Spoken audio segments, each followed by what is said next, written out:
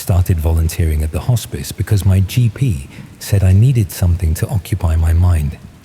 Fair enough advice, considering I'd been sitting in my flat for 3 months straight after the redundancy, ordering takeaways and watching daytime television until my eyes felt like they were bleeding.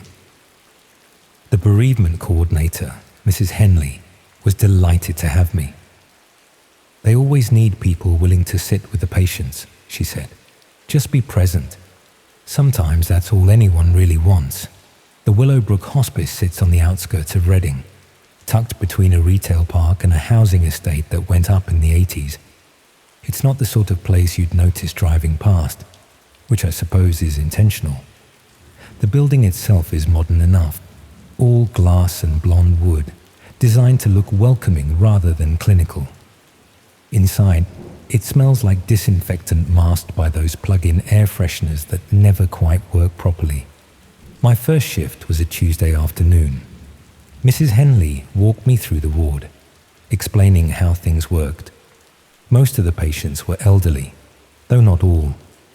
There was a woman about my age with pancreatic cancer who spent her days doing crossword puzzles, and a man in his 40s who'd been a roofer before the lung disease got him. They put me with someone called Arthur initially. 73, prostate cancer, family visits on Sundays. He was pleasant enough, though he had this habit of staring out the window for long stretches without speaking. The routine was simple. I'd arrive at 2 o'clock, check in with whichever nurse was on duty, then sit with whoever needed company. Sometimes we'd chat about the weather or the football results. Other times I'd read to them, or we'd just sit in comfortable silence. It was oddly peaceful, actually. After months of my own company, having a purpose felt like a small miracle. They put me with someone called Arthur initially. 73, prostate cancer, family visits on Sundays. Arthur reminded me of my dad. Quiet, sharp-eyed, proud of small things like his crossword skills and the way he could still tie his shoes without help. He had this habit of staring out the window for long stretches without speaking. It was during my 3rd week that I first noticed the woman in the family room. She was probably in her 50s, with greying hair pulled back in a neat bun, and clothes that looked expensive but understated. The sort of person you'd expect to see at a National Trust property or a garden centre on a Saturday morning. She was always there when I arrived, sitting in the same chair by the window, reading what looked like the same magazine. The family room is where relatives go when they need a break from the bedside. It's got a small kitchenette, some mismatched armchairs, and a television that's perpetually tuned to BBC News. This woman seemed to live there. Every Tuesday and Thursday, there she was, perfectly composed, flipping through her magazine with the sort of patience that suggested she had nowhere else to be. I wouldn't have thought much of it, except that after a few weeks, I started paying attention to who was visiting whom. The hospice isn't large, maybe 20 beds across 2 wards, and you quickly get to know the regular faces. Mrs. Chen's daughter, who brought flowers every other day. The teenage grandson, who came to see his grandfather after school. The couple who took turns sitting with their son, never both together, as if they couldn't bear to witness each other's grief. But I never saw this woman go into any of the rooms. She'd arrive, settle into her chair, and stay there for hours. Sometimes I'd catch her looking towards the ward, but she never actually got up to visit anyone. When I asked Mrs. Henley about her, she just smiled and said some people find it hard to say goodbye. That made sense, I supposed. Death affects everyone differently. Maybe she was working up the courage to see whoever she'd come for. Maybe she was taking things slowly, processing everything in her own time. It wasn't really my business either way. The woman never used the kitchenette, never made herself a cup of tea, or helped herself to the biscuits that were always laid out on the side table. She never used her phone, never spoke to anyone else in the room. She just sat there, reading her magazine, occasionally glancing up towards the ward entrance. And here's the thing that really got to me. It was always the same magazine. An old copy of Country Living from about 6 months ago, with a cottage garden on the cover and a feature about autumn preserves. I know this because I'd seen it in the waiting room at my dentist's office the previous year. There was a water stain on the back cover that looked like Australia, and a torn page where someone had ripped out a recipe. The exact same magazine, 6 months old, read over and over again. After about a month, I started timing her visits. She'd arrive at 2:15, always walking up from the direction of the car park, though I never saw her drive in. She'd stay until 5 o'clock exactly, then leave the same way she came. Never earlier, never later. The sort of precision that suggested routine rather than emotional need.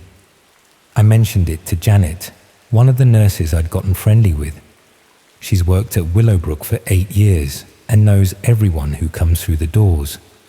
But when I described the woman, Janet frowned like I was describing someone from a dream. "There's no one there," she said flatly. I thought maybe she was thinking of someone else, so I pointed the woman out the next time I saw her. Janet looked where I was indicating, then back at me.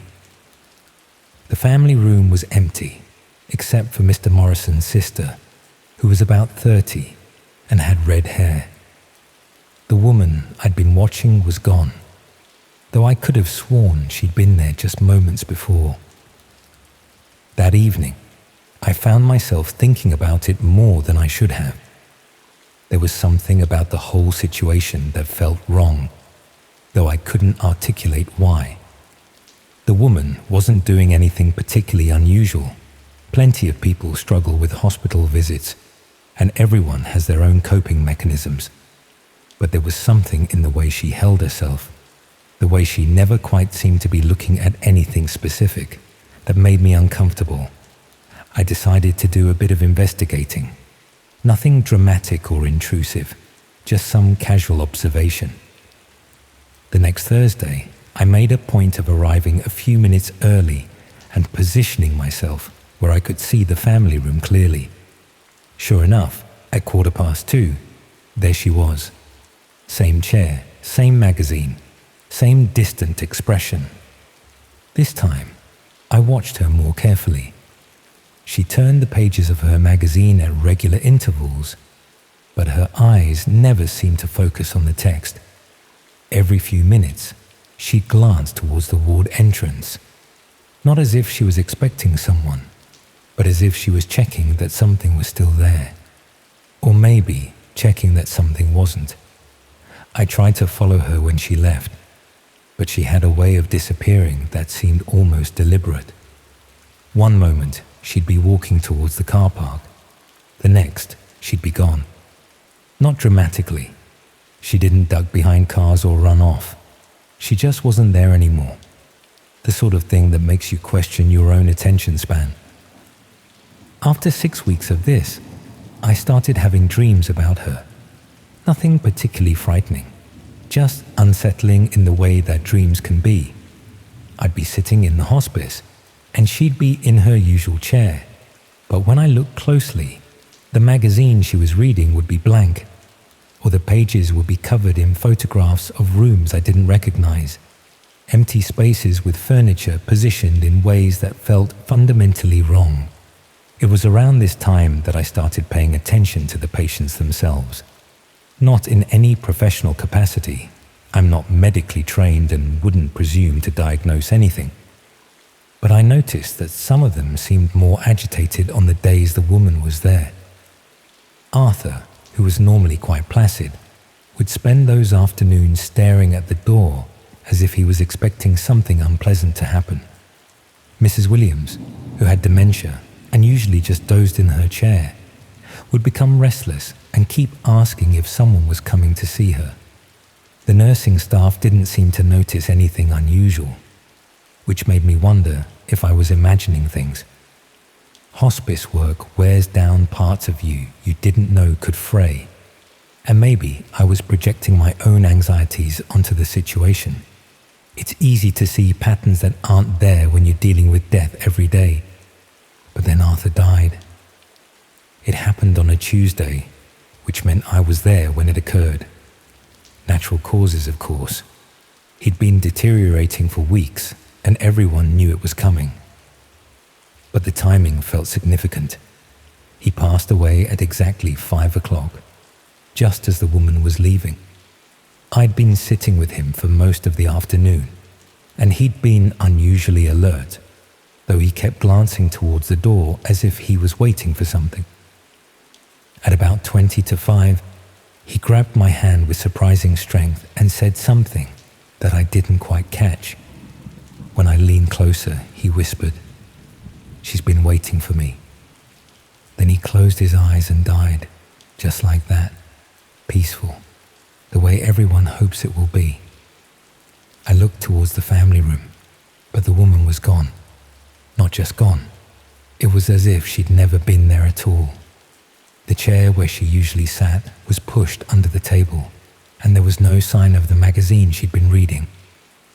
Janet was in the room, updating some files, and when I asked if she'd seen anyone leave, she just shook her head. Arthur's death affected me more than I'd expected, not because I was particularly attached to him, but because of what he'd said. She's been waiting for me. Waiting for him to do what?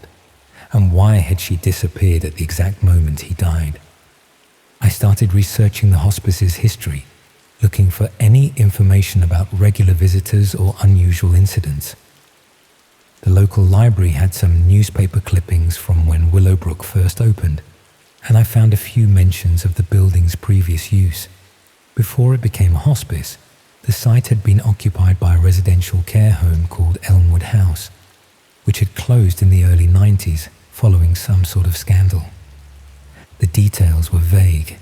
The newspaper reports mentioned concerns about resident welfare and irregularities in record keeping, but there were suggestions that some had quietly disappeared, never properly logged. Nothing criminal was ever proven, but the home had been shut down and the records sealed. The building had been demolished, and Willowbrook had been built on the same site about 10 years later. I found myself thinking about this more than was probably healthy. The woman's routine, her patient watching, the way she seemed to be waiting for something specific, it all felt connected to those missing residents somehow. Maybe she was a former employee or a family member of someone who disappeared. Maybe she was still looking for answers or closure or some kind of resolution. But then I started wondering about the other patients who died since I'd been volunteering. Mrs. Thompson, who'd passed away the previous month. Mr. Shah, who died in his sleep about 3 weeks ago. Had the woman been there for them too? Had she been waiting for them as well? I tried to keep track of the timing, but it was difficult because I wasn't there every day.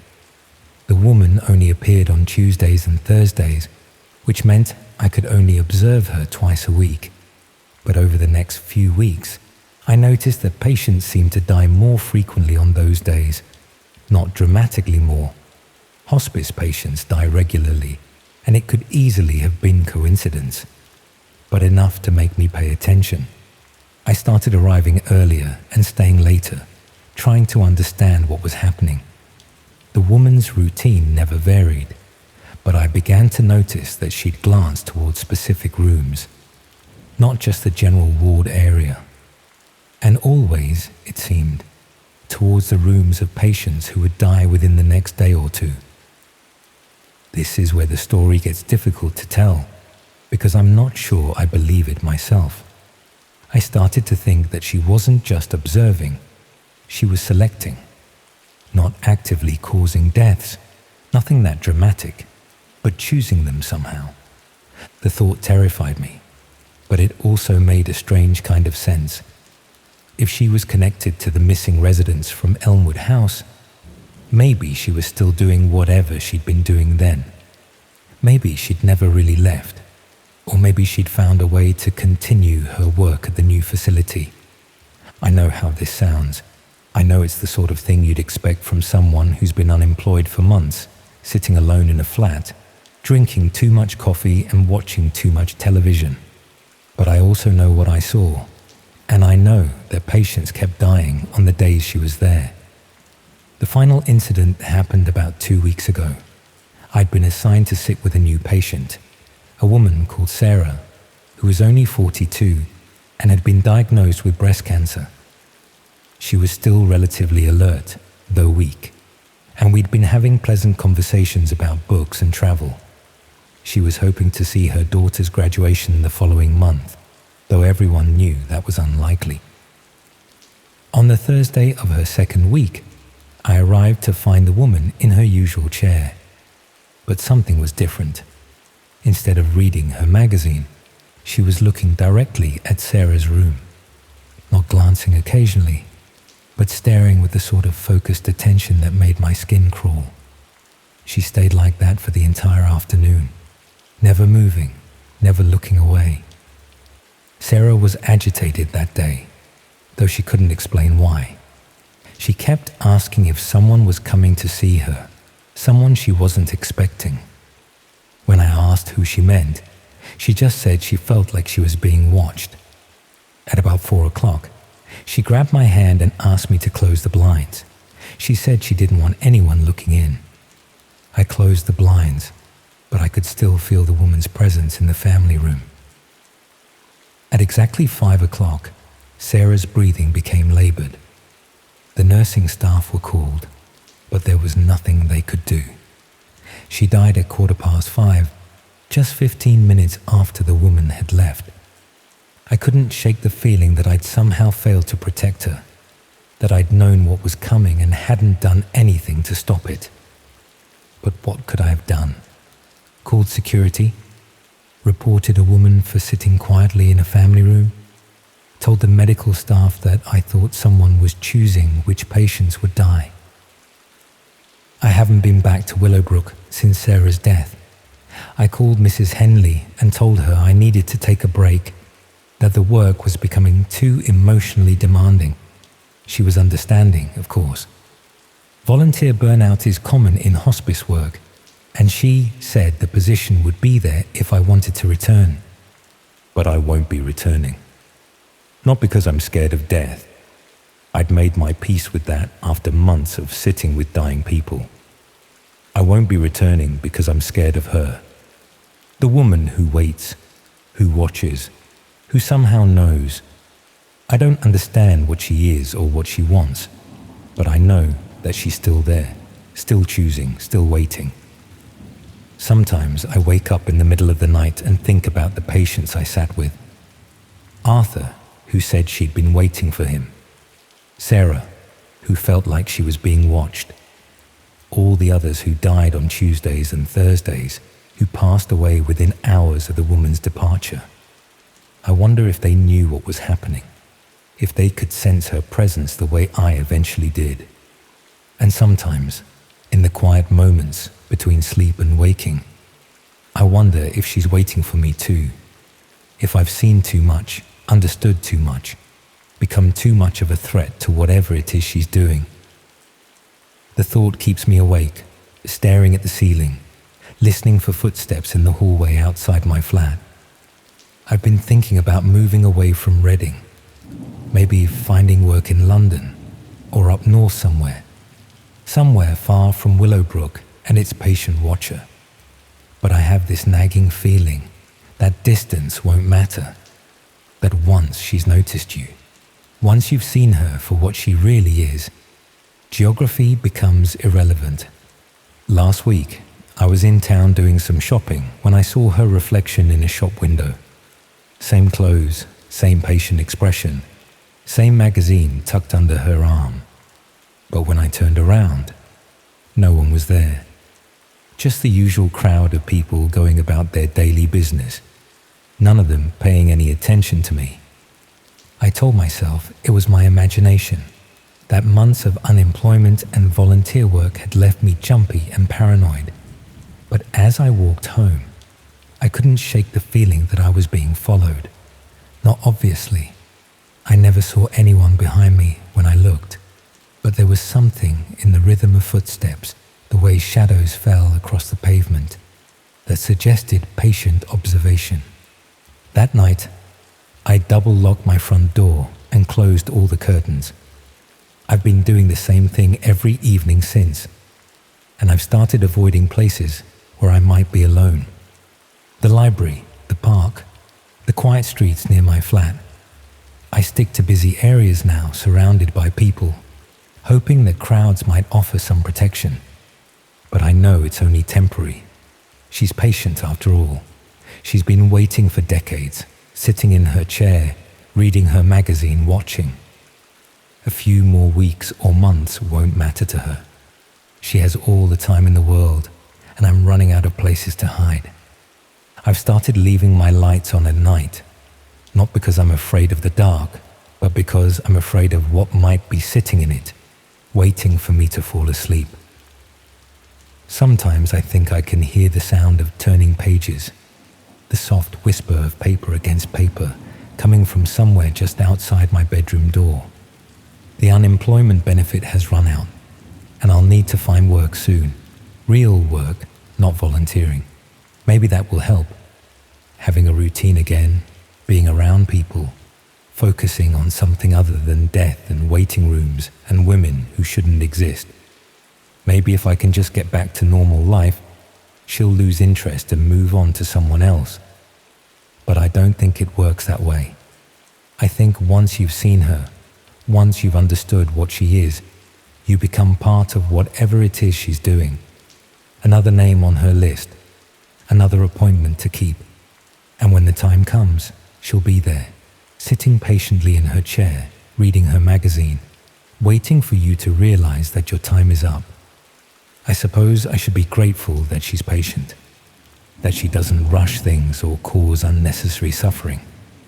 But there's something horrifying about the inevitability of it all, the calm certainty that she brings to the process. Death is supposed to be random, chaotic, unfair. Having someone choose when and how it happens, someone who sits and waits and watches, makes it infinitely worse. I've been thinking about telling someone, the police maybe, or a journalist, someone who might be able to investigate Willowbrook, to find out what really happened to those missing residents at Elmwood House. But what would I say? That I saw a woman reading a magazine, and now I think she's choosing who dies. That patients seemed agitated on the days she was there, that she disappeared at convenient moments. It sounds insane even to me, and maybe it is. Maybe months of isolation and grief work have finally caught up with me, and I'm seeing connections that don't exist, finding patterns in random events. Maybe the woman in the family room is just a grieving relative, and the timing of deaths is nothing more than coincidence. But I know what I saw. I know what I felt. And I know that somewhere, right now, she's sitting in her chair, turning the pages of her magazine, waiting for the next name on her list, waiting with the patience of someone who has all the time in the world and the quiet satisfaction of someone who always gets what they want in the end.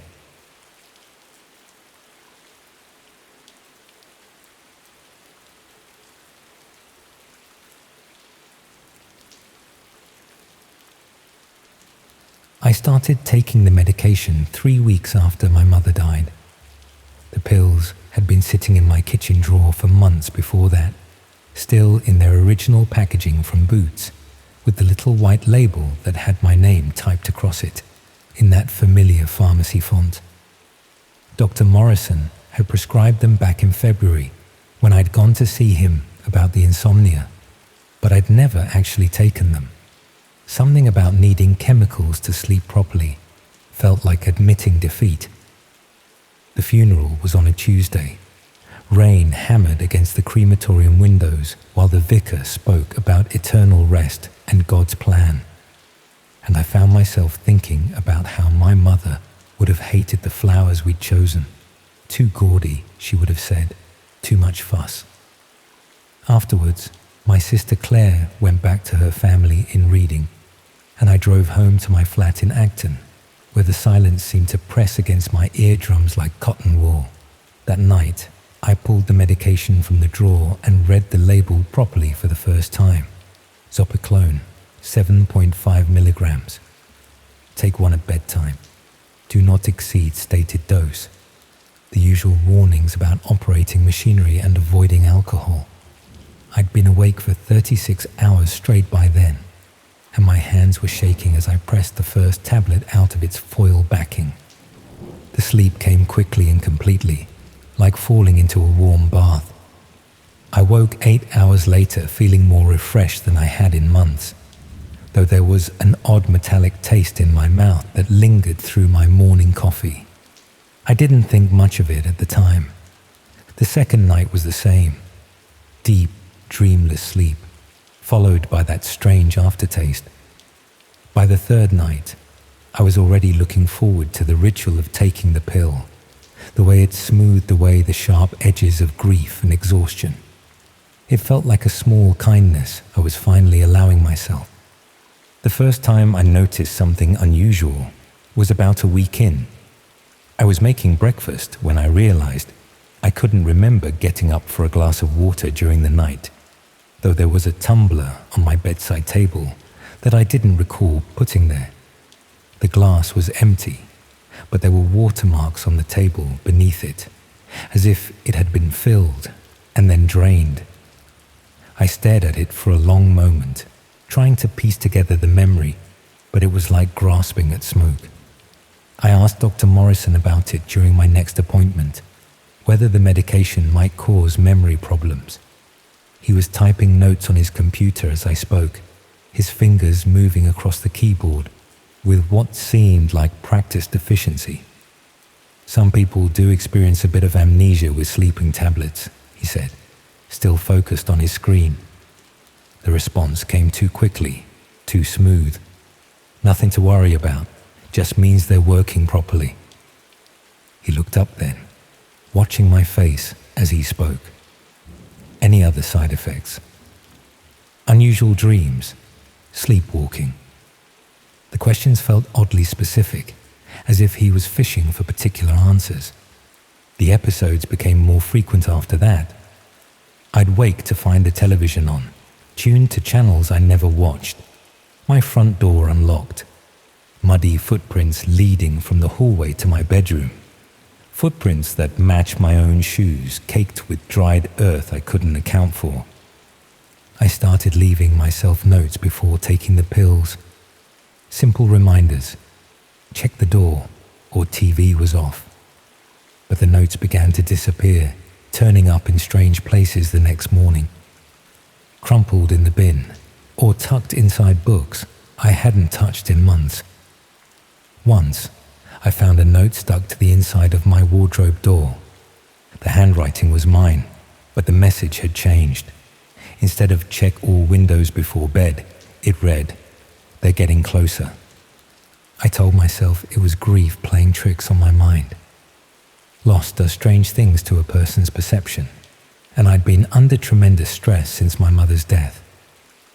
The medication was just helping me cope with a difficult period, and once I'd processed everything properly, I'd be able to sleep naturally again. The incidents kept escalating. Cooking smells lingering in the kitchen when I woke. Clothes in the washing machine I didn't recall putting there. Phone calls logged on my mobile to numbers I didn't recognize, always around 3 in the morning, lasting anywhere from minutes to over an hour. I tried calling one of the numbers back, but it went straight to voicemail. A woman's voice, professional and clipped. "You've reached the night service. Please leave a message and we'll get back to you as soon as possible." I hung up without saying anything, but the sound of that voice stayed with me for days. The first time I found the photographs, I thought someone had broken into my flat. They were spread across my kitchen table when I woke one morning. dozens of images printed on standard photo paper, all taken at night with what looked like a phone camera. The subjects were people I didn't recognize, captured through windows or walking alone on dark streets. The photos were grainy and poorly lit, but there was something deliberate about the compositions, as if whoever had taken them had been watching these people for some time. One image showed a young woman unlocking her front door, her face illuminated by the porch light. Another captured a man walking his dog through a park, the flash creating harsh shadows that made him look skeletal. There were more people in their homes, unaware they were being photographed, going about their evening routines with the blinds open. I gathered the photographs and shoved them into a carrier bag, my hands trembling as I tried not to look at the faces too closely. There was something voyeuristic and predatory about the images that made my skin crawl. I threw the bag into the wheelie bin outside, but when I checked later that evening, it was gone. The medication wasn't working anymore. Even with the pills, I was waking up multiple times during the night, sometimes with the feeling that I'd been walking around the flat. My legs would ache as if I'd been on my feet for hours, and occasionally I'd find mud or grass stains on my socks. I started setting an alarm for 3 a.m, hoping to catch myself in the act of whatever I was doing, but I never remembered hearing it go off. Dr. Morrison seemed unusually interested when I described the symptoms during my next appointment. He asked detailed questions about my sleep patterns, leaning forward slightly as I spoke. When I mentioned the photographs, his pen stopped moving. "What sort of photographs?" The question came quickly, sharper than his usual bedside manner. "Random pictures," I said, suddenly reluctant to elaborate. "Probably nothing." He made a careful note, then looked at me directly. "Are you certain you want to continue with the medication? We could explore other options." Something in his tone made me pause. The offer felt rehearsed, as if he already knew what my answer would be. I told him I wanted to stick with the pills. The truth was, I'd become dependent on that feeling of sliding into unconsciousness, of having hours where I didn't have to think about anything at all. That night, I took 2 pills instead of 1. The label warned against exceeding the stated dose, but I needed to sleep deeply enough that whatever was happening to me would stop. I wanted to wake up in the morning with no gaps in my memory, no evidence of nocturnal activities I couldn't recall. The extra medication worked. I slept for 12 hours straight, so deeply that I woke with marks on my face from the pillow and a feeling of disorientation that lasted well into the afternoon. But when I went to check whether anything had been disturbed during the night, I found that my laptop was missing from the living room. I searched the entire flat, convinced that I'd moved it somewhere and forgotten, but it was nowhere to be found. The front door was locked and there was no sign of forced entry. All my other valuables were still in place. My watch, my wallet, even the cash I kept in a jar on the kitchen counter. Only the laptop was gone. I called the police, but they seemed skeptical about my story.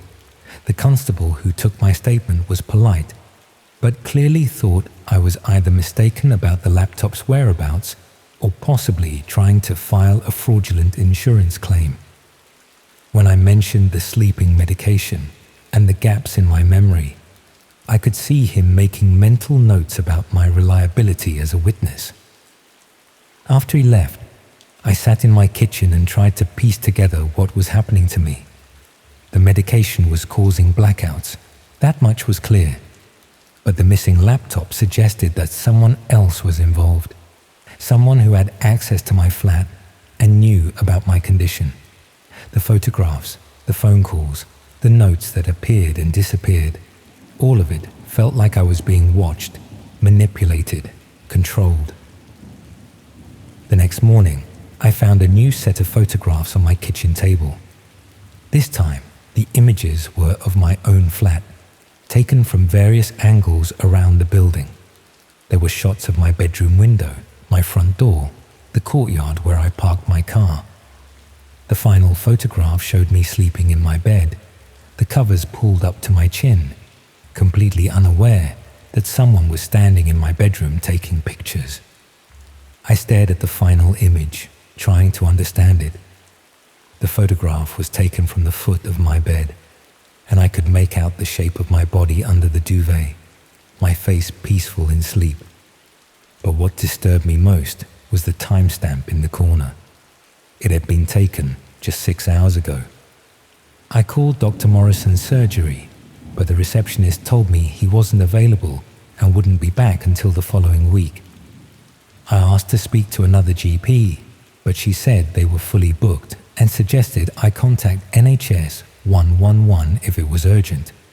Her voice made everything I said feel like a scheduling problem. That evening, I decided not to take the medication. I needed to stay awake, to catch whoever was coming into my flat and leaving these photographs. I made coffee and positioned myself in the living room with a clear view of the front door. I had a cricket bat beside me on the sofa, though I wasn't sure I'd have the courage to use it if someone actually appeared. The hours passed slowly. I watched the street outside through the window, noting the patterns of car headlights and the occasional pedestrian walking past. Around 2 in the morning, I heard footsteps in the hallway outside my flat, but they faded without stopping at my door. A cat yowled somewhere in the distance, and the central heating clicked on and off with mechanical regularity. By 4 o'clock, I was struggling to stay awake. My eyelids felt heavy, and my head kept nodding forward despite my efforts to remain alert. I made another cup of coffee and walked around the flat, checking all the windows and doors. Everything was secure, but the feeling of being watched had intensified. It was as if someone was standing just outside my peripheral vision, waiting for me to let my guard down. I must have dozed off around 5, because I woke with a start to find the morning light streaming through the living room windows. The cricket bat had fallen to the floor, and there was a crick in my neck from sleeping upright on the sofa. I felt groggy and disoriented, but proud of myself for making it through the night without medication. Then I saw the envelope on the coffee table. It was a standard white envelope with my name written across it in block capitals. The handwriting was unfamiliar, neither my own nor anyone else's I could recognize. Inside was a single sheet of paper with a brief message. You can't stay awake forever. I read the words several times, my hands shaking as I held the paper. Someone had been in my flat while I was sleeping on the sofa, close enough to place the envelope on the table beside me. The thought of a stranger moving through my home while I was unconscious, vulnerable and unaware, made my stomach turn. I called the police again, but this time I spoke to a different constable who was even less sympathetic than the first. He suggested that I might be experiencing stress-related delusions and recommended that I speak to my GP about adjusting my medication. When I showed him the envelope, he handled it with obvious reluctance, as if he was humoring someone with mental health problems.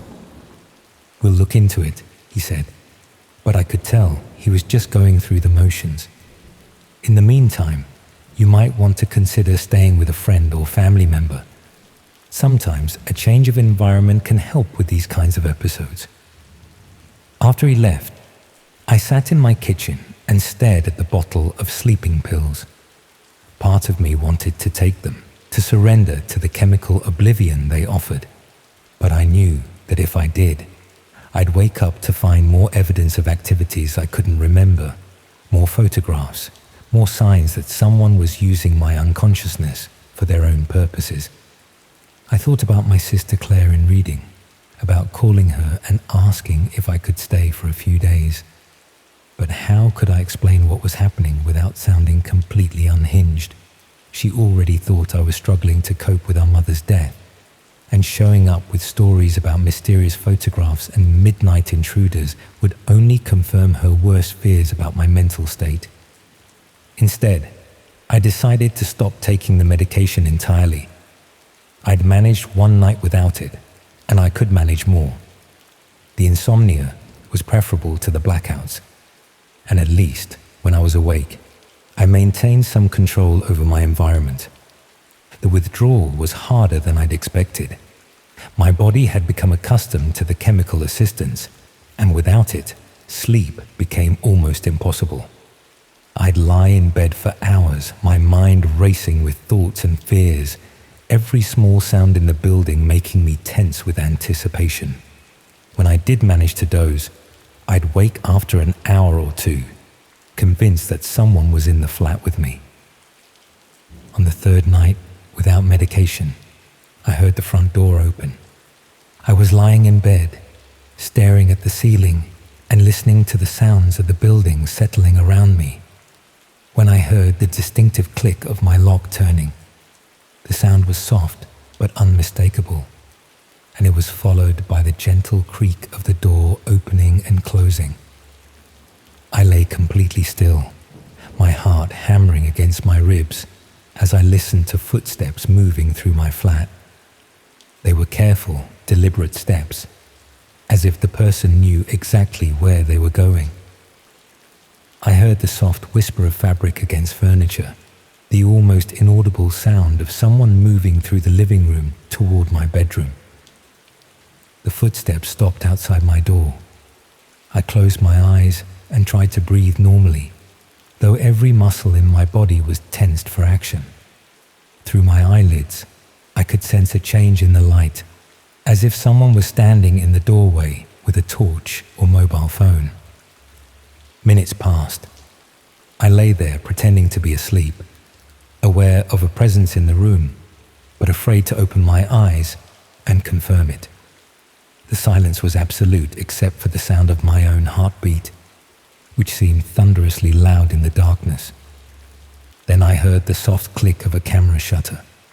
The sound came from somewhere near the foot of my bed, and it was followed by the almost imperceptible whir of a phone camera adjusting its focus. Someone was taking photographs of me, just as they had done before when I was unconscious from the medication.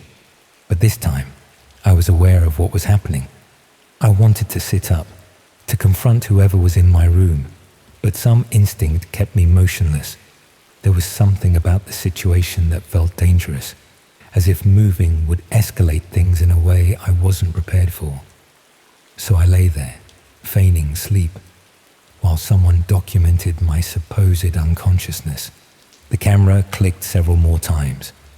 Then I heard the footsteps moving away from my bed, back toward the living room. I waited until I was sure they were gone before opening my eyes and sitting up. The flat was silent again, but I could feel the difference in the air, the way a room feels after someone has been in it. I crept to the window and looked down at the street. A figure was walking away from the building, too far and too dark for me to make out any details.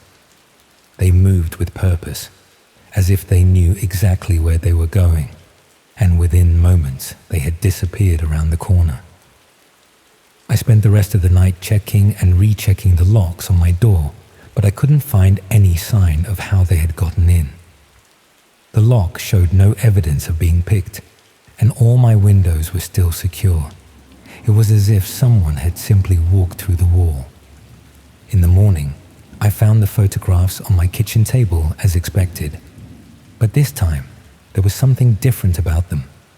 Instead of the usual voyeuristic shots of strangers, these images were all of me, taken over what must have been several weeks.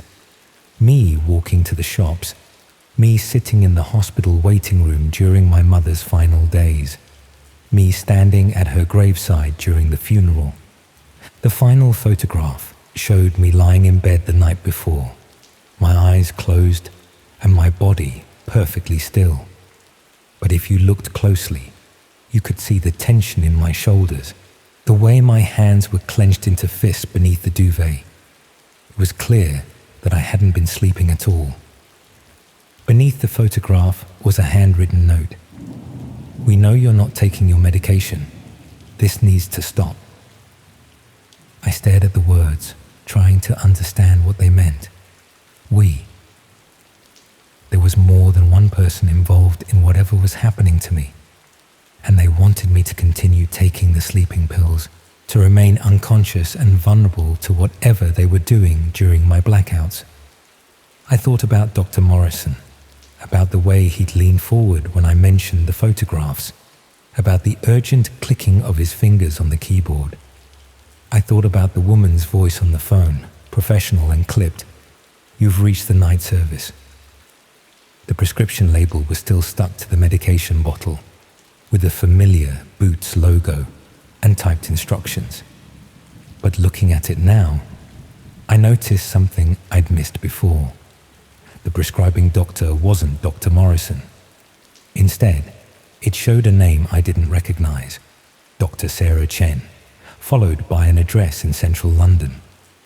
There was no Dr. Chen at my surgery. The prescription wasn't real. All of it. The photographs, the missing laptop, the midnight visits, tied to something I couldn't name. I was being used, controlled through chemical means. But for what purpose? The photographs came back to me, the phone calls logged on my mobile, the ones made at 3 a.m. to numbers I didn't recognize. Perhaps during my blackouts, I wasn't just wandering around my flat taking photographs. Perhaps I was being made to do things, to go places, to interact with people I would never remember meeting. The idea made me feel physically sick. How many nights had I been out there, walking through London in a chemical haze, following instructions I couldn't recall? What had I done during those missing hours? Who had I spoken to, and what had I told them? I looked at the bottle of pills again, at the fake prescription label and the medication that had seemed like such a blessing when I'd first started taking it. Now it felt like a trap, a way of turning me into someone else's puppet without my knowledge or consent. I flushed the remaining pills down the toilet and threw the bottle in the bin. Whatever was happening to me, it was going to stop. I would stay awake. I would keep my doors locked, and I would find out who was behind this and what they wanted from me. But as I stood in my kitchen, looking at the photographs spread across the table, I realized that stopping the medication might not be enough. These people, whoever they were, had been watching me for weeks. They knew where I lived. They had access to my flat, and they had been documenting my every move. The note had said that my refusal to take the medication needed to stop, which meant they weren't going to simply leave me alone now that I'd discovered their scheme. They were going to escalate, to find new ways of controlling me, of getting what they wanted. I thought about packing a bag and leaving London, disappearing somewhere they couldn't find me. But I had nowhere to go, no money to sustain myself, and no way of knowing how far their reach extended. For all I knew, they were already watching my sister's house in Reading, waiting for me to run to the only family I had left. I went to the window and looked down at the street. A dark saloon idled outside my building. 2 figures in suits stepped out, efficient, practiced. They moved with purpose toward the entrance. I watched them disappear into the building, and moments later, I heard footsteps on the stairs. They were coming up, getting closer to my floor. I counted the steps, trying to determine whether they would pass by my door or stop outside it. The footsteps stopped. Someone knocked on my door, 3 sharp raps that echoed through the flat. I stood perfectly still, hoping they would think I was out. But the knocking came again, more insistent this time. "Mr. Davies," a voice called through the door. "We need to have a chat." I recognized the voice from the phone calls, professional and clipped. The night service. They had come to collect me, to ensure that I continued taking the medication to maintain their control over my unconscious hours. The knocking stopped, but I could hear them talking quietly outside the door. I couldn't make out the words, but the tone was businesslike, as if they were discussing a routine problem that needed to be resolved. After a few minutes, the voices faded, and I heard footsteps going back down the stairs. I waited by the window until I saw them emerge from the building and get back into their car. The engine kept running. They were watching, making sure I understood that leaving wasn't an option. I stared at the photographs on my kitchen table, at weeks of surveillance and control. The missing laptop, the phone calls, the night visits, the fake prescription, all of it leading to this moment. They had been using me, and now that I discovered their scheme, they wouldn't let me simply walk away. The medication had been just the beginning, a way of testing their control.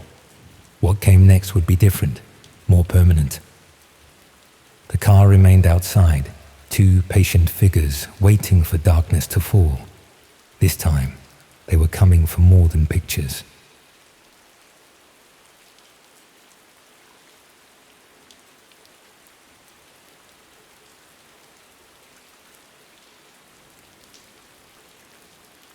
I inherited the house from my aunt 3 months after the divorce was finalized, which felt like the universe throwing me a bone for once. It felt convenient at the time, maybe too convenient. I'd been staying in my mate Paul's spare room since September, and while he was decent about it, we both knew it wasn't sustainable.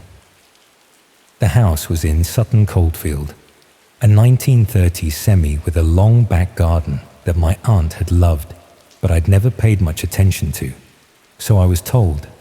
I hadn't visited much. 2 years of illness had left everything overgrown and wild. I wasn't planning to do much with the garden initially. I had enough on my plate just making the house habitable. The heating needed work. The kitchen was stuck somewhere in the 1980s, and every room required at least 2 coats of paint to cover the nicotine stains. But the shed bothered me from the start. It sat at the very back of the garden, almost hidden behind a tangle of brambles and an enormous holly tree. The thing was bigger than I'd expected, more like a small outbuilding really, and it was locked with a heavy padlock that looked relatively new, which was odd, but the shed stood out, too well maintained, too deliberate. I asked Paul about it when he came round to help me move some furniture. He'd known my aunt better than I had, visited her regularly in the last few years, when I'd been too caught up in my own problems to bother. She was always fussing about that shed, he said, hauling a wardrobe up the stairs. Wouldn't let anyone near it, not even the gardener. Said it was full of old junk she'd get round to sorting eventually. That seemed reasonable enough. Old people accumulate things, and my aunt had lived in the house for nearly 40 years. But when I found the key in her kitchen drawer a week later, tucked inside an old tobacco tin with a note that said, "For the shed, please be careful," I felt a strange reluctance to use it. The note was in my aunt's handwriting, but the paper looked fresh. Not the yellowed, brittle stuff you'd expect from someone who'd been ill for months. And why please be careful? Careful of what? I left it for another week, telling myself I was too busy with the house to deal with the garden.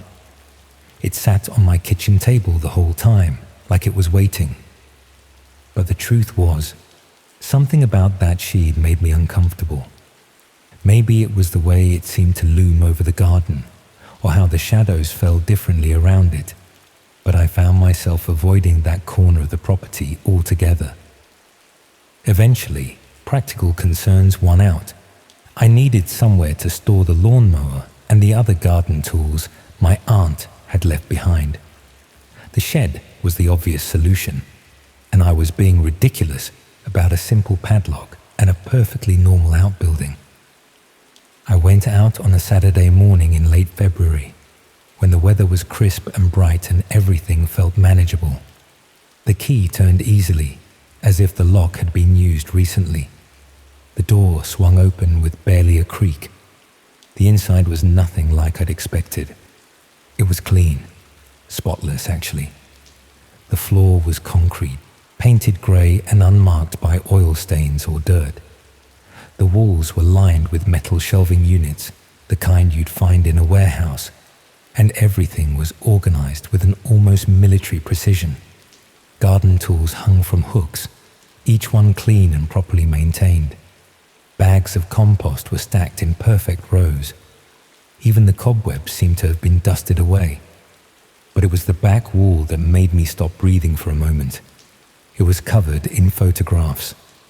Not family photos or holiday snaps, but surveillance-style pictures taken with a long lens. People walking down streets, sitting in cars, entering buildings. All of them were candid shots. The subjects clearly unaware they were being photographed. There were dozens of them, maybe hundreds, pinned to the wall in neat rows, like an evidence board. I moved closer, trying to make sense of what I was seeing. The photos were all of different people.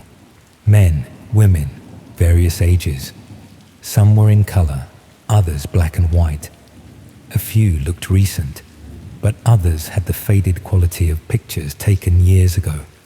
Each one was labelled with a small white sticker bearing a name, date and location. Jennifer Mills, 15th of March 2019, Erdington High Street. Michelle Foster, April 11th, 2021, Bullring Car Park. The names meant nothing to me, but the locations were all local. Birmingham and the surrounding areas. Places I recognized, places I'd been to countless times without knowing someone had been watching, photographing, cataloguing. I backed away from the wall, my heart hammering. This had to be some kind of mistake. My aunt had been a retired librarian, for God's sake. Quiet, bookish, the sort of person who fed stray cats and complained about the noise from next door's television. She wasn't someone who took secret photographs of strangers, but the evidence was right there in front of me. I forced myself to look more carefully at the shelving units. Between the gardening supplies I found other things. A collection of notebooks, their pages filled with dense handwriting. Maps of the local area marked with coloured pins. A camera, expensive looking, with a telephoto lens that would have cost more than my aunt's monthly pension. I'd seen setups like this in documentaries, but never in someone's garden shed. One of the notebooks was lying open on a small table I hadn't noticed before. The page was headed Current Subjects and contained a list of names and addresses. Some were crossed out in red ink, others had question marks beside them. At the bottom of the page, in my aunt's careful script, were the words, "Remember, they never suspect the elderly." I slammed the notebook shut and stumbled backwards, knocking over a watering can. The clatter echoed in the confined space, unnaturally loud. My aunt hadn't been a harmless old lady. She'd been watching people, following them, recording their movements. For how long? And why? I grabbed the nearest notebook and flipped through it randomly. The entries went back years, maybe decades. Page after page of observations, times, dates, patterns of behavior. Subject arrives at office 8:47 a.m. every Tuesday. Subject visits mother on Sundays, usually stays 2 to 3 hours. Subject has been sleeping badly, lights on until late. Subject failed to return home last Tuesday. Investigate. The level of detail was extraordinary and disturbing. These weren't casual observations, but careful surveillance. The work of someone who had made watching people their primary occupation. In the earlier entries, the tone was clinical, almost scientific. But as I flipped through the years, something had changed. The handwriting became more urgent, the observations more personal. The detachment had given way to something else, a kind of possessive intimacy that made my skin crawl. I thought about the years when I'd barely visited, when work and marriage had consumed all my time and energy. What had my aunt been doing during those long, empty days? How many people had she watched? How many had she followed? And what had she done with the information? Some of the notebooks were older, dating back to the 1980s. The handwriting was more confident then, the entries more detailed. But there were gaps, periods of months where nothing had been recorded. I found myself wondering if those gaps corresponded to times when my aunt had been ill or away, or perhaps when she'd been doing something that required her full attention, something that didn't need to be written down. I was still standing there, notebook in hand, when I heard footsteps in the garden. A woman was making her way up the garden path, alone, calm. I peered through the shed's single window and saw she was in her 60s, wearing a long coat and carrying what looked like a bunch of flowers. She was walking straight towards the shed. I had perhaps 30 seconds before she reached the door. There was no back exit, nowhere to go, no way out. I shoved the notebook back onto the shelf and tried to look casual, as if I was just sorting through my aunt's gardening supplies. The woman appeared in the doorway. She was older than I'd first thought, with grey hair pulled back in a neat bun and intelligent eyes behind wire-rimmed glasses. She looked like a teacher or maybe a social worker. She came across as trustworthy, calm, polite, maybe even a bit motherly. "You must be Margaret's nephew," she said, smiling warmly. "I'm Dorothy. I live just down the road. I was so sorry to hear about your aunt's passing."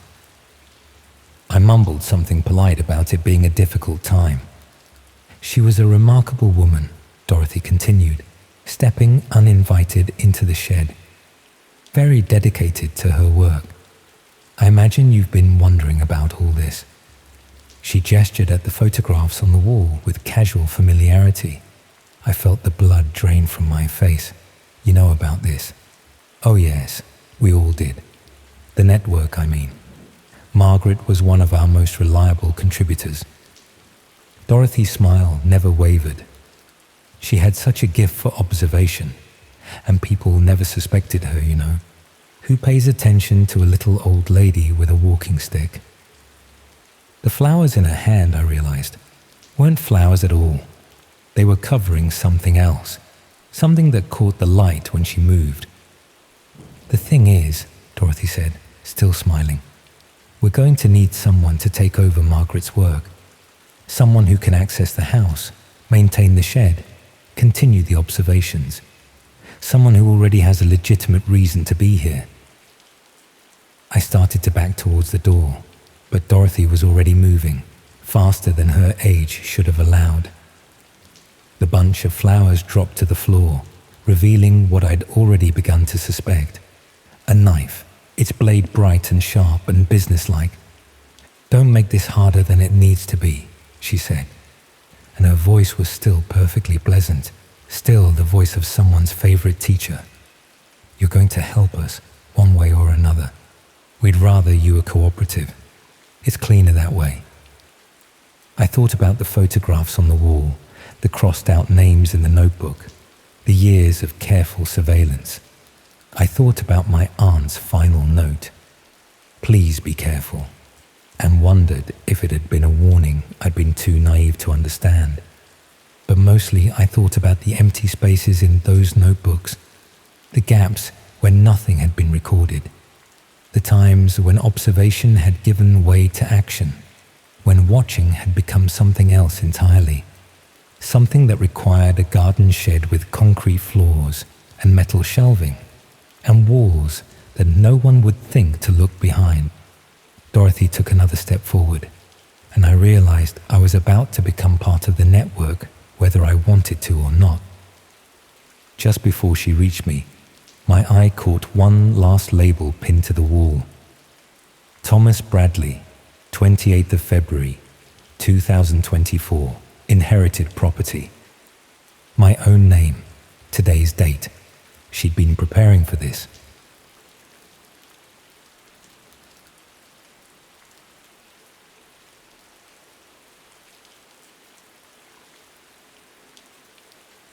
My sister disappeared on a Thursday, but I didn't find out until the following Monday when her employer called looking for her. She'd been working at a recording studio in Camden for about 6 months.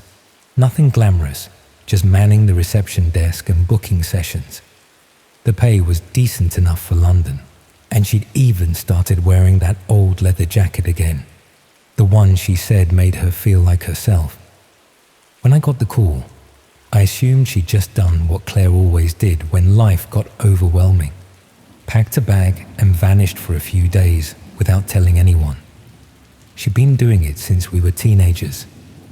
Mum used to call it her disappearing act, like it was some endearing quirk rather than the source of constant worry. But this felt different. Claire had been making an effort lately. She'd been calling me regularly, had started seeing a therapist, even mentioned wanting to get back into photography. She wouldn't just walk away from a job she actually enjoyed. I drove up to London that afternoon and went straight to the studio. It was tucked away down a narrow street behind the high street, the kind of place you'd walk past without noticing. The sign outside was discreet, just Meridian Sound in faded gold lettering. The receptionist who'd replaced Claire was young, maybe 19, with nervous eyes and bitten nails. She said Claire had seemed fine on Wednesday evening, had locked up as usual and said goodbye. But she hadn't shown up Thursday morning, and they hadn't heard from her since. I asked to speak to the manager, but she said he was in a session and couldn't be disturbed. She took my number and promised someone would call me back. They never did. Claire's flat was messy, but not in the way you'd expect if she'd left in a rush. Her clothes were still in the wardrobe, her passport in the kitchen drawer where she always kept it. Her camera equipment was still there, which was telling. Claire would never go anywhere without her cameras. But her laptop was gone, and her phone was switched off. I reported her missing on Tuesday morning. The police officer who took the statement was kind enough, but I could tell he'd dealt with hundreds of similar cases. Young women who'd had enough of their lives and decided to start fresh somewhere else. He took down the details, said they'd look into it, but I got the impression they were just going through the motions. I started my own investigation, called her friends, checked her social media accounts, even contacted her ex-boyfriend in Bristol. Nobody had heard from her. It was like she'd just evaporated. The studio was where everything had started to go wrong for Claire. I was certain of it. She'd been excited about the job when she first got it, but over the past few weeks, she'd seemed increasingly anxious. She'd mentioned problems with some of the clients, said there were odd people coming in at strange hours. I went back to Meridian Sound on Friday evening. The same nervous receptionist was there, and she looked uncomfortable when she saw me. I pressed her for more information about Claire's last few days at work, about whether anything unusual had happened. She glanced around the empty reception area, then leaned closer. She said Claire had been asking questions about the basement recordings, about who was booking the overnight sessions, and why they always paid in cash. The basement. Claire had never mentioned a basement. I asked to see it, but the receptionist said it was private, that clients paid extra for the discretion. She seemed scared, kept looking towards the door that led to the main studios. I got the impression she'd already said more than she should have. I hung around Camden that weekend, walking past the studio, watching who came and went. During the day, it seemed normal enough. Musicians, producers, the usual creative types you'd expect. But in the evening, after the official hours, I saw different people arriving. Older, better dressed, arriving in expensive cars. They used a different entrance. door at the side of the building that led directly to the basement. I found out later that Claire had been keeping her own records. Her flatmate Jessica discovered them when she was looking for Claire's insurance documents. A notebook hidden in her bedroom, filled with times, dates and car registration numbers, all from the past month. The entries were cryptic, just times and brief descriptions. 2 a.m., 3 men, black BMW, or 11 p.m., woman in fur coat, crying. But the last entry was different. It was from the Wednesday night before she disappeared, and all it said was, "They know I'm watching." I took the notebook to the police, but they said it wasn't enough to warrant a search warrant. Just the observations of a bored receptionist, they said. Nothing criminal about people recording music at odd hours. For a moment, I wondered if I'd imagined it all. Maybe she had just left. Maybe I wanted there to be something darker, because the alternative, that she chose to disappear, was worse. But I knew it was more than that. Whatever Claire found down there, it wasn't something you just walk away from. I started watching the place myself, parked across the street in the evenings, noting who came and went. The overnight clients were always the same type, well-dressed, middle-aged, arriving alone or in small groups. By then, I hadn't slept properly in days. I was living off petrol station sandwiches and caffeine pills. I started writing down license plates like Claire had, convinced someone was watching me too. They never carried instruments or recording equipment. They came empty-handed and left the same way. The basement windows were frosted, but sometimes I could see light bleeding through. Not the warm yellow of regular lighting, but something cooler, more clinical.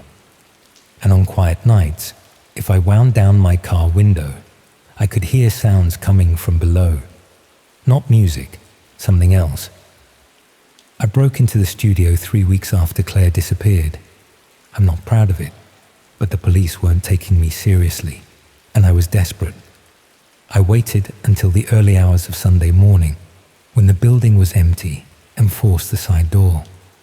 The basement was larger than I'd expected. A proper studio setup, soundproofed walls, professional gear. But there were other rooms leading off it, and these were different. Smaller, more clinical. Some had cameras mounted on the walls. Some had restraints. I found Claire's notebook in one of the back rooms. It was open to a page I hadn't seen before, filled with her handwriting.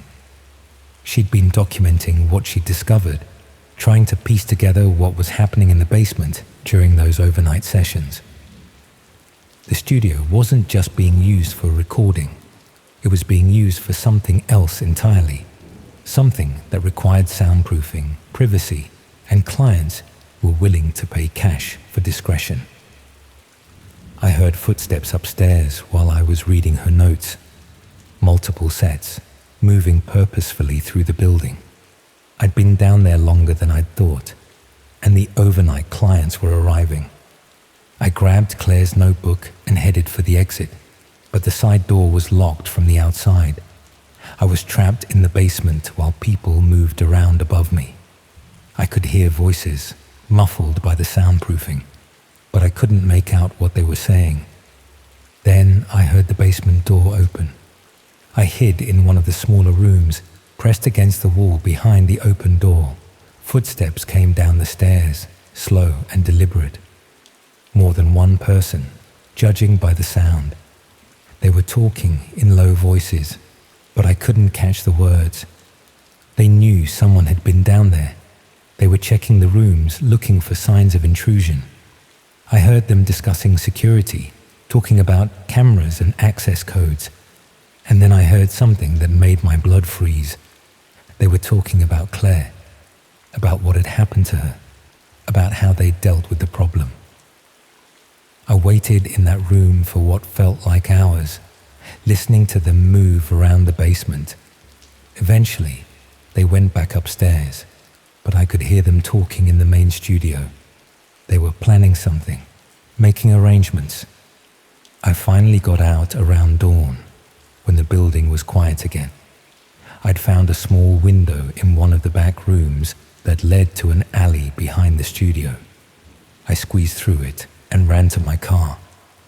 I drove straight to the police station and demanded to speak to someone about Claire. I showed them the notebook, told them what I'd found in the basement. But when they went to investigate, the studio was empty, cleared out overnight. The landlord said the tenants had terminated their lease early, paid the penalty, and left no forwarding address. The building was empty, all the equipment gone. It was as if Meridian Sound had never existed. I still drive past that building sometimes. It's been empty for 6 months now, with a "To Let" sign in the window. But sometimes, late at night, I think I can see light coming from the basement windows. And I wonder if Claire is still down there, or if she's become something else entirely. The notebook is all I have left of her. Her handwriting, her observations, her growing fear as she realized what she'd stumbled into. The last entry is dated the day before she disappeared, and it's different from all the others. Not an observation or a time, just a single line. They're recording what people sound like when they know it's over. I've never been able to figure out what she meant by that, but sometimes, when I'm lying in bed at night, I think I can hear it. A sound like screaming, but muffled, distant, like it's coming from somewhere underground. The police closed Claire's case after 3 months. Missing person, presumed voluntary departure. They said young women disappear all the time, that there was no evidence of foul play. But I know better. I know she found something in that basement, something worth killing for.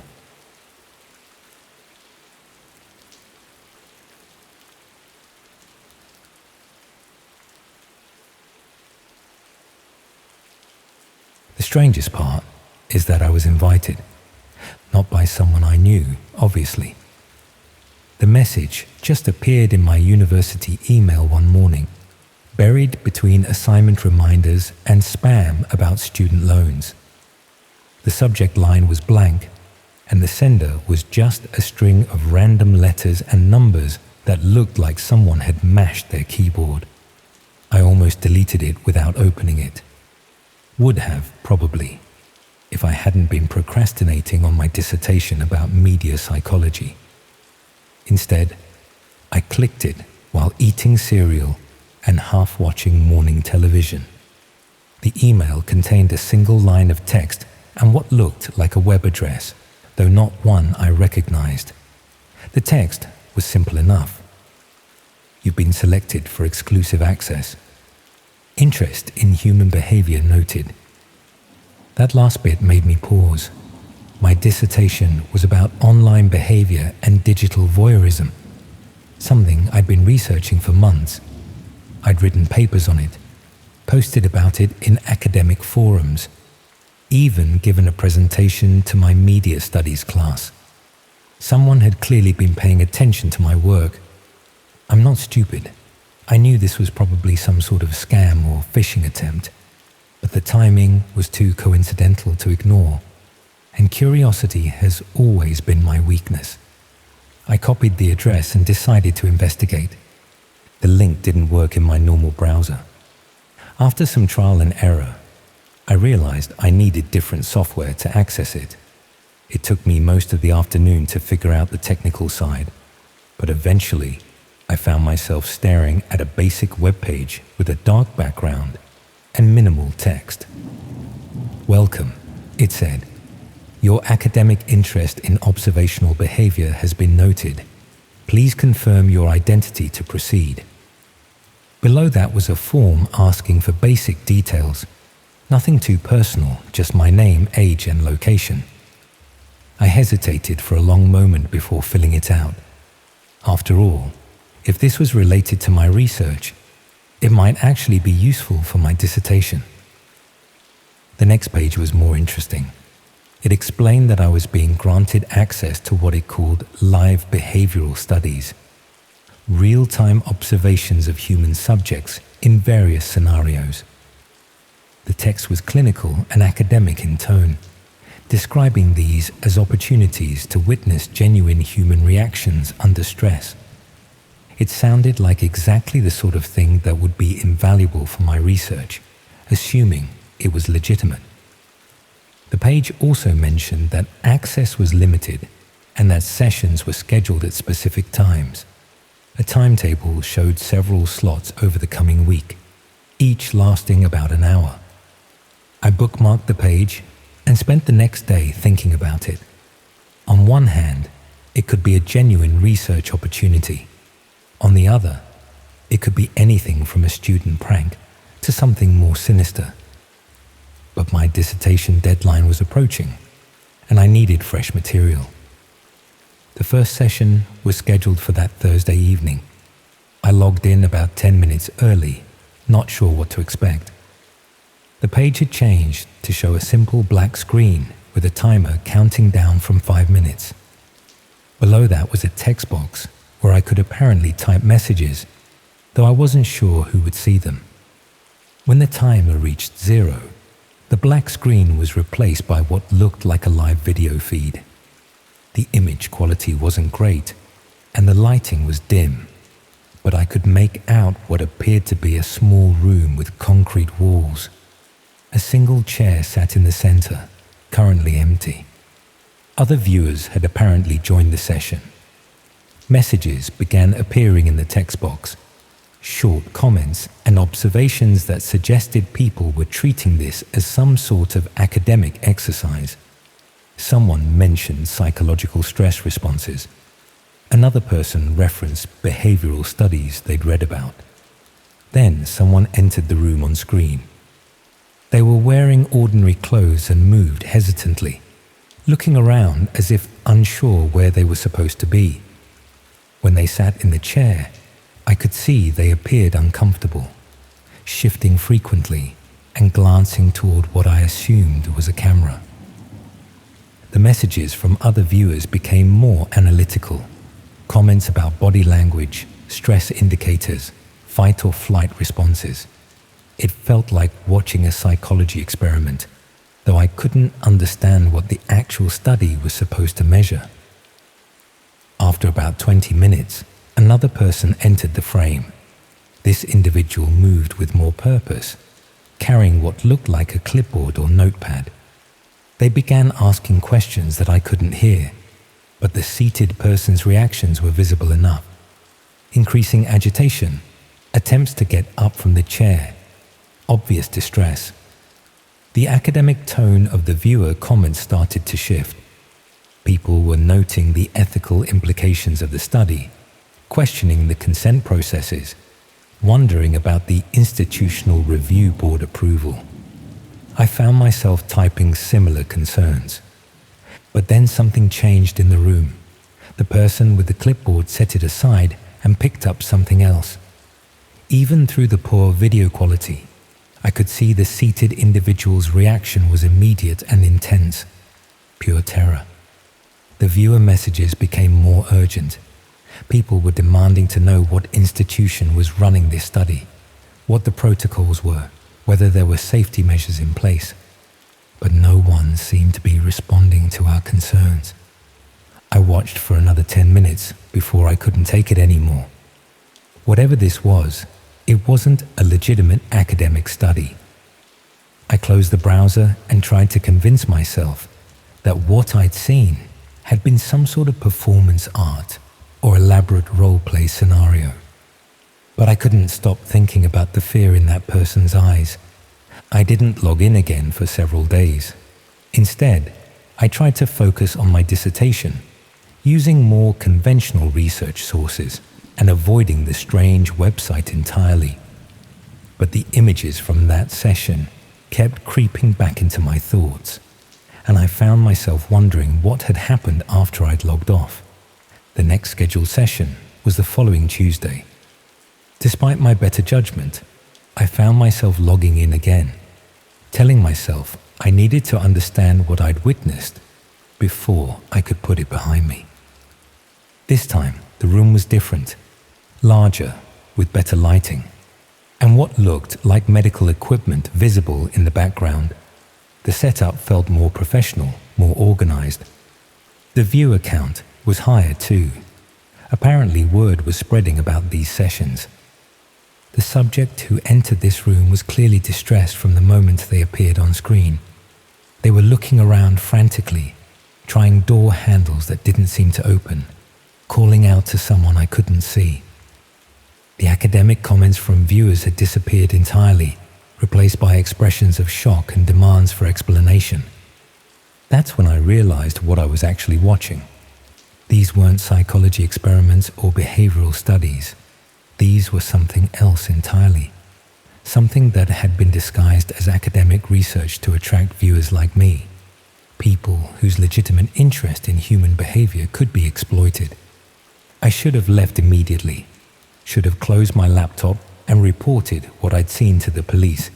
But instead, I found myself transfixed by the horror of it all. The realization that I'd been deliberately targeted, specifically chosen because of my academic interests, made it feel personal in a way that was hard to ignore. The person running these sessions had studied my work, identified me as someone who might be interested in observing human behavior, and then systematically drawn me in with appeals to my academic curiosity. I'd been manipulated, and the manipulation had worked perfectly. Over the following weeks, I continued logging into the sessions. Not because I wanted to see what happened. The content was disturbing enough that I often found myself looking away from the screen, but because I needed to understand the scope of what I'd stumbled into. Each session featured a different room, a different setup, different individuals. But the pattern was always the same. Someone would be brought into the space, clearly against their will, and then subjected to experiences that became progressively more disturbing. The viewer base seemed to be growing steadily. Comments suggested that people were sharing access with others, spreading the links through various channels. But what struck me most was how many viewers seemed to have been recruited the same way I had, through appeals to academic or professional interests. There were psychology students like myself, but also medical students, sociology researchers, and people working in law enforcement or social services. All of us had been identified as individuals whose legitimate professional interests could be used to justify initial access. It was a brilliant recruitment strategy, really. Rather than trying to find people who were actively seeking out disturbing content, they targeted those of us who might have valid reasons for wanting to observe human behavior under stress. Our professional credentials gave us cover, even to ourselves. I started keeping notes about the sessions, documenting what I observed and trying to identify patterns. I told myself this was evidence gathering, that I was building a case to present to the authorities. But really, I think I was just trying to make sense of my own complicity. Because that's what it was, ultimately, complicity. Every time I logged in, every minute I spent watching, I was participating in something terrible. The fact that I'd been manipulated into it didn't change the reality of my involvement. The sessions began to feel routine after a while. I'd recognize certain rooms that appeared repeatedly, suggesting these weren't one-off events, but part of some ongoing operation. The timing seemed coordinated too. Sessions in different rooms would start at staggered intervals, allowing viewers to move between them. But what disturbed me most was how normal it all started to feel. The initial shock wore off, replaced by a kind of numb fascination. I'd find myself critiquing the camera angles or noting technical details rather than focusing on what was actually happening to the people on screen. That normalization was perhaps the most frightening aspect of the whole experience.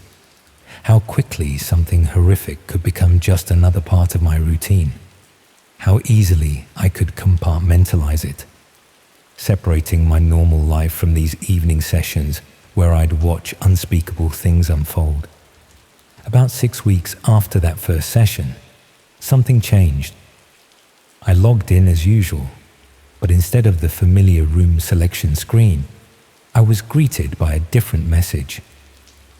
"Thank you for your participation in our observational study," it read. "Your engagement has been noted and appreciated. You have been selected for advanced access privileges." Below that was a new set of options I hadn't seen before. Different types of sessions, different levels of access, different ways to participate. The language was still clinical and academic, but the implications were clear enough. I was being offered the chance to move from passive observer to active participant. The message explained that my consistent attendance and demonstrated interest qualified me for what they called collaborative sessions, events where viewers could provide input and direction rather than simply observing. The language made it sound like a natural progression, the next step in an ongoing research project. But I knew better by then. This wasn't about research or academic study. This was about gradually drawing people deeper into something terrible, using their initial curiosity as a hook to secure their continued involvement. The truly disturbing part was how tempting the offer was. After weeks of watching passively, the idea of having some control over what happened was oddly appealing.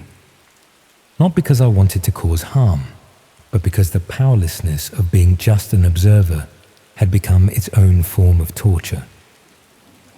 I stared at that message for nearly an hour before closing the browser without responding, but I kept thinking about it over the following days. The progression they were offering felt inevitable, like a path I'd been on since that first invitation email. That's when I finally understood the full scope of what I'd encountered. This wasn't just about providing content for people who were already predisposed to watch it. It was about creating those people, gradually converting ordinary individuals into active participants through careful manipulation and escalation. They'd identified me as someone with legitimate academic interests, drawn me in with appeals to those interests, normalized my participation through repeated exposure, and then offered me a path to deeper involvement. Each step had felt logical and justifiable at the time. How many others had received similar invitations? How many had progressed further down this path than I had? And how many people who ended up in those rooms had started as viewers, gradually drawn into participation through the same process I'd experienced? I deleted all the bookmarks and access software from my computer that night, tried to put the whole experience behind me and focus on finishing my dissertation through conventional research methods. But the questions wouldn't leave me alone. 3 months later, I received another email. Different sender, different format, but the same basic message. I'd been selected for access to exclusive content based on my demonstrated interest in human behavior. This time, they were offering access to what they called historical archives, recordings of previous sessions that I could review at my own pace. I deleted the email immediately, but the fact that it had found me again, despite my efforts to distance myself from the whole thing, was deeply unsettling. Somehow, my participation in those sessions had marked me permanently. I was now part of their recruitment database, someone to be contacted periodically with new opportunities for involvement. That was nearly a year ago now. I've received 4 more emails since then, each offering different types of access, different levels of participation. The language has evolved slightly each time, becoming more sophisticated in its appeals to my academic interests. I've deleted them all without opening the links, but I'll admit that the temptation is still there. The curiosity that got me involved in the first place hasn't disappeared, and part of me wonders what I might have missed by stepping away. That's the most frightening realization of all. Not that such things exist, or that people participate in them. But how easily I could have become one of those participants. How the right combination of manipulation and escalation could turn someone like me, someone who considers themselves ethical and rational, into an active collaborator in something terrible. The dissertation I eventually submitted focused on digital manipulation and the psychology of online recruitment. I got a first-class mark and several offers for postgraduate study, but I declined them all. The idea of pursuing further research into human behavior no longer appeals to me the way it once did, because I know now how that interest can be used against you, how academic curiosity can become a vulnerability, exploited by people who understand exactly how to identify and target individuals like me. The emails still come occasionally, usually around the time of academic deadlines or conference seasons, when students and researchers might be most desperate for new material. The timing is never coincidental. I wonder sometimes about the other people who were in those viewer sessions with me, whether they received similar follow-up invitations, whether any of them accepted the offers for increased participation, whether some of the people I saw in later sessions had started as viewers themselves. The thought keeps me awake some nights. The possibility that I witnessed people who had started exactly where I did, drawn in by the same appeals to academic interest, gradually manipulated into deeper involvement until they found themselves on the other side of the camera. I tell myself I made the right choice by walking away, but part of me will always wonder what would have happened if I'd stayed, if I'd accepted those offers for advanced access, whether I would have had the strength to resist the gradual escalation, or whether I would have become something I never thought I could be. That uncertainty is perhaps the most disturbing legacy of the whole experience.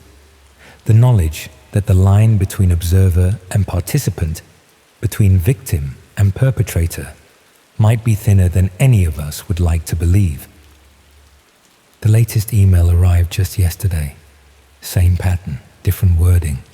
They're still out there, still recruiting, still finding new ways to identify and exploit people's legitimate interests for terrible purposes.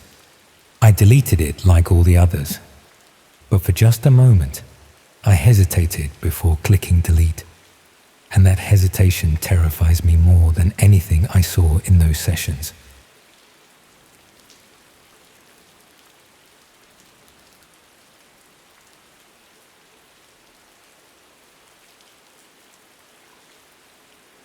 Let me tell you about my friend John Paul and why he'll never feel safe on land again. He wasn't the sort of person you'd expect to end up living on a yacht. He'd been a history teacher at a comprehensive in Glasgow for the better part of 20 years. The kind of steady, reliable guy who marked papers on Sunday evenings and took the same 2 weeks off every summer. Then everything changed when he won a raffle. It wasn't a huge win, mind you, but enough to transform his life. After all of the arrangements were sorted, he found himself the proud owner of a beautiful 45-foot motor yacht. She was a proper luxury vessel with polished wood fittings, a spacious salon, comfortable sleeping quarters, and all the modern amenities including satellite internet. He discovered he could teach online from anywhere with a stable connection, and the freedom of waking up to different horizons each morning was intoxicating. He'd been living aboard for about 18 months when I first visited him. The yacht was moored in a quiet bay off the Dorset coast, far enough from shore that the lights of the nearest village were just pinpricks in the darkness. He seemed genuinely happy for the first time since I'd known him, tanned from the sun and relaxed in a way that years of classroom management had never allowed. The boat was immaculate, well maintained and loved, with comfortable furnishings and enough space to feel like a proper home. Though when I mentioned how peaceful it must be, he glanced toward the shore with an expression I couldn't quite read. We spent the evening catching up over a few drinks, and as the conversation wound down, he mentioned something that stayed with me.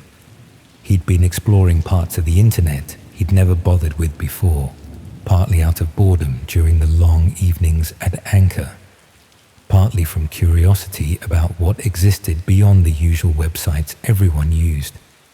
He wasn't particularly technical, but he'd taught himself just enough networking to be dangerous. The hidden networks beneath the surface web fascinated him. The anonymity appealed to him, the sense of being able to observe without being observed. But over the past few weeks, he'd stumbled across something that unsettled him. A series of linked sites offering live streaming services, but not the kind you'd find on mainstream platforms. These streams showed real people in real situations, often without their knowledge, sometimes against their will. He described it as a network of interconnected feeds, some showing seemingly innocent content like people in their homes or workplaces, others displaying scenarios orchestrated for the viewer's entertainment. The most disturbing aspect was the interactive element. Viewers could influence what happened on screen through various means, turning passive observation into active participation. What bothered him most was how professional the operation appeared. This wasn't some amateur setup run by a handful of perverts in their spare time. The streaming quality was excellent, the user interface sophisticated, and the whole system seemed designed to handle thousands of concurrent viewers. Someone was running this with serious resources and technical expertise. The conversation moved on to other topics, but I could tell the subject was weighing on his mind. He had always been the sort of person who felt responsible for fixing problems, even when they weren't his to solve. I suspected he was wrestling with whether to report what he'd found, though to whom and with what evidence, I couldn't say. I left the next morning, returning to my own routine in London, and didn't think much more about our conversation until he called me a few weeks later. His voice was different, strained in a way I'd never heard before. The streaming network had evolved since our last conversation. New sections had appeared, offering more extreme content, and more people were watching. But the change that terrified him was personal. He'd recognized one of the locations being streamed. It was his yacht. The feed showed his main cabin from an impossible angle, as if the camera was positioned inside the paneling itself. He could see his comfortable seating area, his navigation station, even the books he'd left open on the polished dining table. The image quality was crystal clear, updating in real time, showing every detail of his private space. At first, he thought it might be some kind of technical error or coincidence, but when he moved around the spacious cabin, his actions reflected on the stream with no delay. Someone had somehow placed surveillance equipment inside his beautiful yacht without his knowledge. Thousands of strangers were watching his every move. The chat beside the stream was filled with comments about him, discussions of his daily routine, speculation about his background and personal life. Some viewers seemed to know details about his past that weren't publicly available, suggesting they'd researched him extensively. Others were making suggestions about what should happen next, treating his situation like entertainment. He had immediately started searching his vessel for hidden cameras, but found nothing obvious.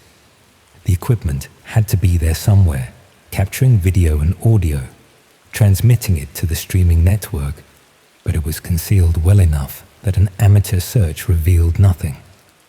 More troubling was the realization that this level of surveillance required serious planning and resources. Someone had accessed his boat, possibly multiple times, to install the necessary equipment. They'd studied his movements, learned his patterns, and chosen their moment carefully. This wasn't random targeting. It was a deliberate operation focused on him. He tried various approaches to regain his privacy. He covered every surface, that might conceal a camera, disconnected his internet connection, even moved to different anchorages. But the stream continued, suggesting the surveillance system was more sophisticated than he'd initially thought. He attempted to contact other boat owners through marine radio, hoping to warn them or find allies, but his transmissions were met with silence or interference. The worst part was the interactivity and how quickly it escalated.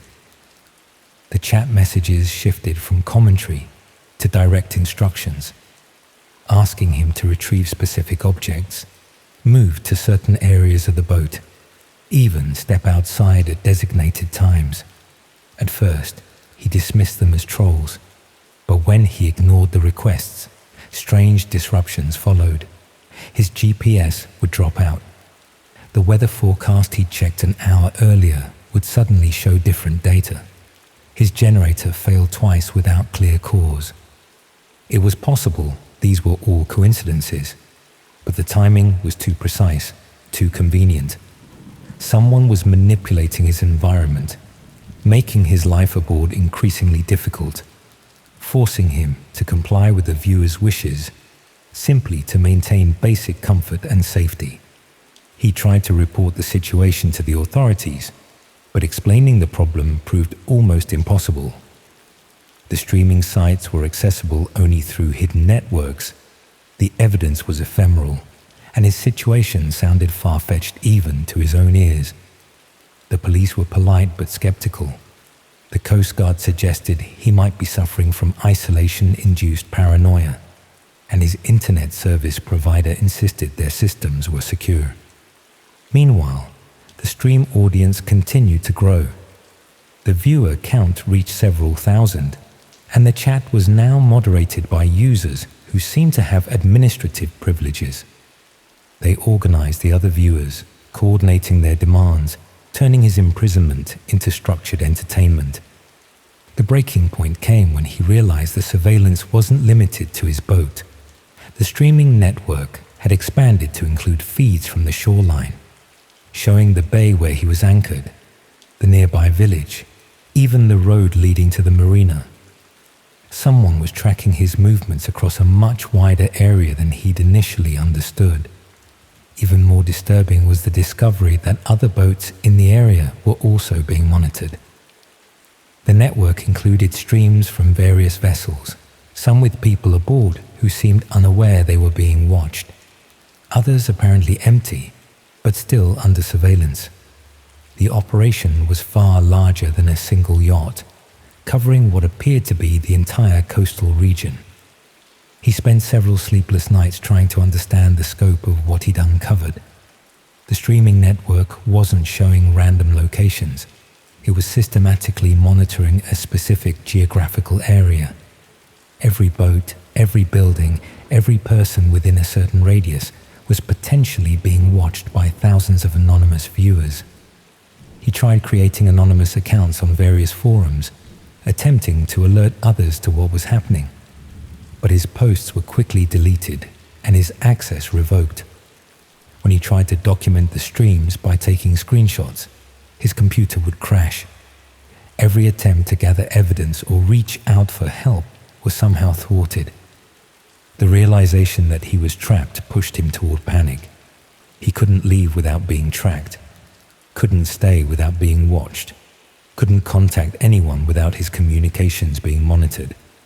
Every choice he made was being observed and judged by an audience that viewed his situation as entertainment. The technical sophistication required for this level of surveillance was staggering. Someone had installed cameras and tracking equipment across miles of coastline, established a network capable of handling thousands of simultaneous video streams, and created a user interface that allowed viewers to interact with the content in real time. The resources involved suggested either a very wealthy individual or a well-funded organization with access to military-grade surveillance technology. His attempts to escape were also systematically thwarted. When he tried to sail away from the monitored area, his engine would develop problems, or his navigation equipment would malfunction. When he attempted to call for help, his radio would experience interference or his mobile signal would disappear. Every route to freedom was blocked by technical difficulties that seemed too convenient to be accidental. The psychological pressure became unbearable. He was constantly aware of being watched, unable to relax even in what should have been the privacy of his own boat. He'd taken to sleeping in different locations each night, covering himself with blankets to avoid the cameras, but he knew these were futile gestures. The surveillance system was too comprehensive, too well designed to be defeated by such simple measures. The chat messages grew increasingly invasive, with viewers discussing intimate details of his life, making predictions about his behavior, treating him like a character in a reality television show. Some messages were sympathetic, expressing concern for his well-being, but others were cruel, suggesting ways to increase his distress for their amusement. He began to suspect that his situation was part of a larger experiment or entertainment program. The systematic nature of the surveillance, the careful manipulation of his environment, the organized response from the viewing audience all suggested a level of planning that went beyond simple voyeurism. The most terrifying aspect was the growing realization that escape might not be possible.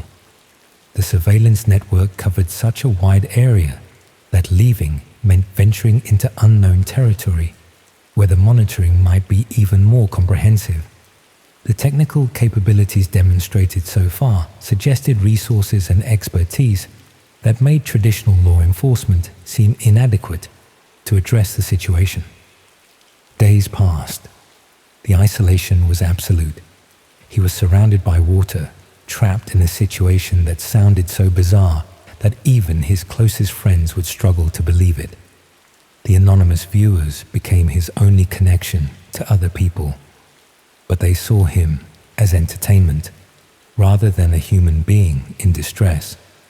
During one of his more desperate attempts to trace the source of the stream, he stumbled across what looked like an internal admin panel, likely exposed through a forgotten link or outdated login. It wasn't polished or secure, but it revealed more than he was meant to see. There was a basic map showing streaming points all along the British coastline, with hundreds of active feeds, not just from boats, but from ports, coastal roads, even remote cottages. It became clear the system was organized. Different regions were broken up into sections, each apparently managed by separate user groups who shared data between them. The layout, the consistency, the scale of it all. This wasn't just some underground voyeuring. The coordination and resources involved made it feel like something far more serious. He started to wonder if what he'd uncovered wasn't just a criminal enterprise, but part of a larger commercial or even state-run operation. The viewer numbers were staggering, reaching into the hundreds of thousands during peak times, with users paying substantial fees for access to different levels of content. The interactive elements allowed viewers to influence events in real time, creating a form of reality entertainment that generated enormous revenues for the operators. He said he found evidence suggesting that the operation had been running for several years, expanding gradually as the technology improved and the audience grew. The early streams had been crude and limited, but the current system was capable of providing high-definition video and audio from multiple angles, with sophisticated image processing that could track individuals even in crowded environments. The realization that he was just one of thousands of unwilling participants was both terrifying and oddly comforting. He wasn't being specifically targeted. He was simply unlucky enough to have discovered his own surveillance, while most others remained ignorant of theirs. But this knowledge also made his situation more hopeless. If the operation was as large and well-funded as the evidence suggested, then individual escape was unlikely. Our phone conversations became less frequent as his situation deteriorated. His voice grew weaker each time we spoke, the strain of constant vigilance taking its toll. He'd been eating poorly, sleeping in brief snatches, jumping at every sound that might indicate someone approaching his boat. The final call came a few weeks ago. He told me that something had changed about the streaming feeds. The cameras were still active, still transmitting his every move to the anonymous audience, but the interactive elements had been disabled. The viewers could watch, but no longer influence what happened to him. He interpreted this as a warning. His discovery of the administrative sections, his knowledge of the operation's scope, had marked him as a security risk. The psychological effect was devastating. Being watched for entertainment was horrible, but being watched as a potential threat was worse. He knew that any action he took, any attempt to contact authorities or escape his situation, would be immediately detected and countered. One morning, something changed.